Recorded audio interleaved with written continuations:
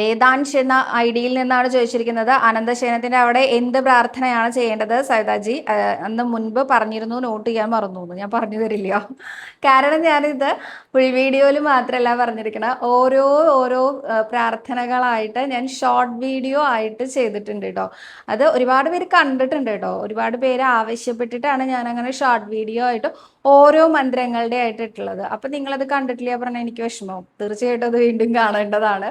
അനന്തശയനത്തിന്റെ അവിടെ സംസ്ഥാപരാധം ക്ഷമസ്വാഖിലേശ എന്ന് പറഞ്ഞിട്ടാണ് നമസ്കരിക്കാറുള്ളത് എന്ന് പറഞ്ഞു. ഒപ്പം നാരായണായേതി സമർപ്പയാമി നിത്യം സർവം നാരായണായേതി സമർപ്പയാമി എന്ന 2 ശ്ലോകങ്ങളാണ് കേട്ടോ ചൊല്ലാറ്. എല്ലാം നാരായണനിൽ സമർപ്പിക്കുന്നു, എൻ്റെ ഇഹവും പരവും എല്ലാം നാരായണനിൽ സമർപ്പിക്കുന്നു എന്നാണ് അത് പറഞ്ഞതുകൊണ്ട് അർത്ഥാക്കുന്നത്. മാത്രമല്ല അറിഞ്ഞും അറിയാതെയും ഞാൻ ചെയ്യുന്ന എല്ലാ അപരാധങ്ങളും ക്ഷമിക്കണേ എന്നും കൂടി പറഞ്ഞുകൊണ്ടാണ് നമസ്കരിക്കാറുള്ളത് കേട്ടോ.